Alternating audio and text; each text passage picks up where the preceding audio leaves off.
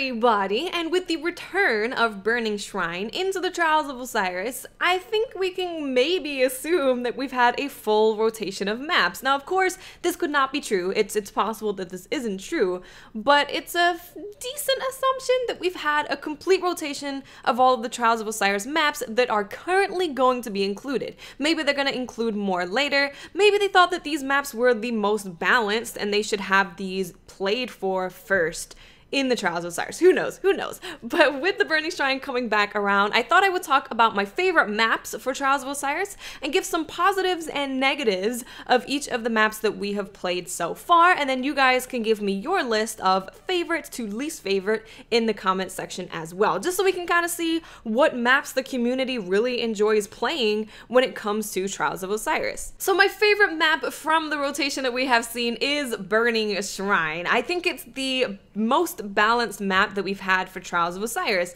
It doesn't really seem like there's any clear advantage spawning one side or the other. I mean, you could argue that if you spawn sun side, there's a head glitch out there somewhere where you can sit behind there and snipe. Plus, when people are trying to come and fight you, they have the sun in their eyes, so they can't see as well. But that head glitch that is out there is actually really easy to combat just by pushing the other way. If you push outside and you're not actually facing the sun when you have those engagements, then it kind of takes away all that advantage. So I love Burning Shrine. It's definitely my favorite. I think it's a lot of people's favorite just because it feels like it is the most balanced map. My second favorite has to go to Pantheon because it's just a really good map. It's one of those maps that has the 3-lane type architecture. I guess architecture. Yeah, because that's a word, architecture. I can't talk right now. But it's one of those 3-lane maps, and 3-lane maps tend to be very balanced. The positives for Pantheon for me personally are that both spawns favor getting to the middle quickly. It doesn't feel like any spawn gives you any advantage when it comes to actually getting to the middle. The negatives of Pantheon is what I would say would be spawning up top. When you are on that one side where you spawn at the very top and have to jump down to the map, you can just sit up there and you can make the match prolonged. I came up against a few people that did this. Not many people did it, but some people just sat up there and they just waited for the enemy team to come to them. Now, of course, you can't just wait for the capture point and beat those guys, but it makes for very long and boring games. But all in all, Pantheon, again, I feel like Burning Shrine, Pantheon were the most balanced maps. In my opinion, of course, it doesn't mean that that is the law of the land, but in my opinion, they were the most balanced. I didn't feel like I was at a significant advantage at all, no matter where I spawned, no matter what part of the map the team held down. I felt like I could actually combat every kind of playstyle on both of these maps. My third favorite map is Cauldron, which I was very surprised about because I honestly expected this map to just be insane. Because when you play it in 6v6 game modes, it's kind of just a free-for-all. Everyone just goes crazy and there's not really any strategy or rhyme and reason to what is happening on that map. But I thought that it played very well in Trials of Osiris. The positives for me was that there were lots of different engagement paths. It was very easy to flank people if they were holding down a specific location because you could choose to go anywhere. You could choose to go into the middle room and hold that down. You could choose to fight around A. You could choose to fight outside. You could push C. Like, there were so many different ways that you could go to fight on that map. It wasn't just everyone did this or everyone did that. I felt like I had different engagements very frequently, and I like that. I like being able to see different things happening when I play a game in Trials of Osiris. Plus, something that was really good is that people, if they were to hold down any area, it tended to be the middle room where the B flag is. And it was actually very easy to get to people who held down that room because of the doors that actually are at the bottom portion of that map. So you could actually go through the middle, go through those doors at the bottom, and they wouldn't really expect you to be there. It was just very easy to get to people, very easy to catch people off guard, and I definitely like that. I don't like playing in maps where it's like, the enemy's team holding down this area, what the hell are we supposed to do? And Cauldron definitely enabled you to have different engagement strategies, and you could push people that decided to hold down a room. But some of the negatives were that if you spawned closest to the middle room, you could be an advantage for players that wanted to hold that down. And I know that although it's kind of completely contradictory to what I was saying, a lot of players came into contact with people that held down the middle room, and they didn't really know what to do. For me personally, I found that going through the door doors that were on the bottom side of the middle room was the best thing to do, but some people didn't know to do that, and the capture point is actually in that room. So if you were successful in getting that spawn where you get to the middle room and you guys had a really solid strategy of holding down that room, it was very easy to defeat people that did that, because the capture point's there. If it goes to the capture point, they have an advantage on the capture point.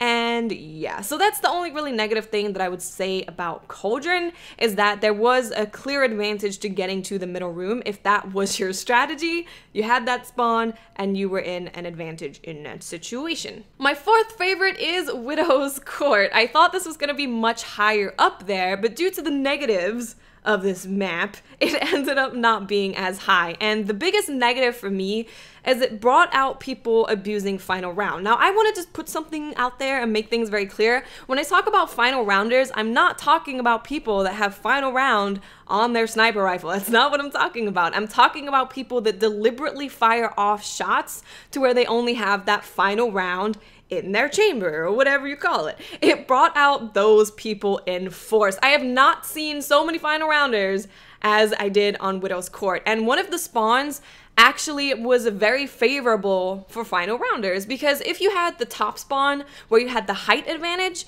it was very, very good for anyone that was sniping. And if those people decided to be abusing final round, then it made the map just annoying. Of course, you could combat that by just blinking at them and being very, very aggressive, but I know that for a lot of people, it was extremely frustrating to have to deal with that. So the negatives of this map for sure was that it brought out the cheesiness.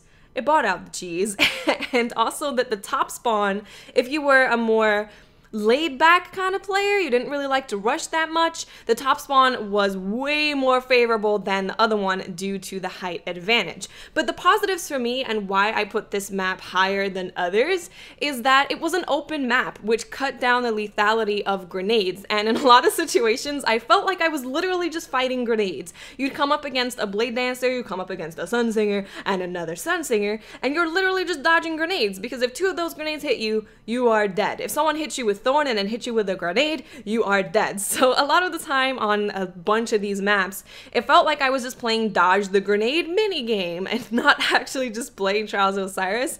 And due to Widow's Court being the largest and most open map in this list that we have, it cut that down, and it was definitely more about gunfights, which I most certainly enjoy, rather than just having grenade fights. My next favorite map on this list was Black Shield, which was the one that we played last week, and the positives for this map, I feel, is that both teams had a decently even run when it came to accessing the middle point outside, which is where the capture point is. I didn't feel like I was at any advantage spawning from either side to actually getting to the middle, and both sides had a bunch of head glitches, so hey, there was a bunch of head glitches outside, but at least they were sort of even in their head glitching. The negatives of this map, I would personally say, is the doors. The doors. If the doors were just open the entire time, then I feel like this map would be way higher on my list, but due to the doors being doors and having a mechanic where they open and close, a lot of the games just came to having a battle around the doors. And it was like, oh, we sniped a dude, he's down. Oh, the door's closed, they're just gonna get a res off. Oh, they killed one of us, we're just gonna get the res off. It just became a battle around the doors, which made it very slow and made it not that fun because of it being very, very slow. Another point is that people were head glitching. Head glitching outside was extremely prevalent on Black Shield, and although you could definitely deal with it, I know this was an issue for some people, and also the fact that the games, again, were slow due to people either camping inside or camping outside, and you having to break those fortifications or wait for the cap point when people decide to actually make a move. So some of these things could make the game very slow on Black Shield, but in general, I had a good time on the map. Take away the doors, it would probably be my top 3 favorite maps. And for my least favorite, which is honestly saying something because I didn't really have a terrible time with any of these maps, but the last one is Thieves Den. The negatives, I would say, is that one spawn made it very easy to get the top side by B and hold that down with very little resistance from the other team. One spawn definitely favored this. We had a few teams that just got there faster than us because of where they spawned, and it was very easy for them to just hold that down. down. And every way you try to go there, because of the tiny corridors on that map, they could just throw a grenade at you, they could just do whatever, and it was very easy to kill people who were coming to try and penetrate your defenses when you're holding the cap point, basically, because that's where the capture point spawns. I personally would have preferred this map if the capture point spawned on the ship. I know people get mad at me for calling a ship because it's like a skip or something. But if it spawned on that ship where that heavy ammo is, I feel like that might have been a little better, although that could have caused issues with having a whole height advantage thing. But yeah, I think that having it spawn by the B flag, it was just way too easy for teams to hold that down. And due to the tight corridors, it was just grenade hell. It was just grenade hell. You had to fight through these tiny little areas where it's extremely easy to get killed because people could just throw grenades at you and you just die. You just die. But the positives of Thieves Den is that it was very fast action due to these corridors. People seemed to rush a lot more on Thieves Den than any of the other maps. It seemed like people were really wanting to just get in your face in Thieves Den. I know for me, when I was playing on my Titan, I literally just kept running around in a circle in the corridors and shoulder charging people. And it was a lot of fun. I enjoyed doing that. So I definitely felt like it was a more action-packed map. People tend to rush a little bit more, and that made the game shorter and a little bit more crazy action, which is always fun. So I didn't hate the map at all. I definitely didn't hate it. It's just, you know, there has to be a loser, there has to be a winner.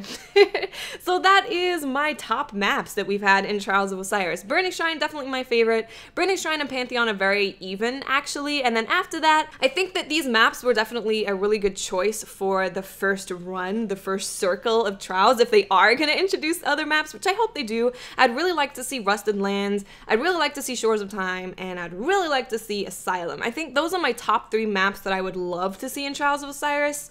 But I was happy with this rotation of maps. I think they're all very, very even maps when it comes down to it. So, with that said and done, guys, let me know in the comments section what has been your favorite to least favorite Trials of Osiris map, and which map would you like to see included in the next Trials of Osiris circle cycle. Okay, guys, thank you so much for watching. Leave a like if you enjoyed this video, subscribe if you are new, and I'll speak to you awesome people later. Bye.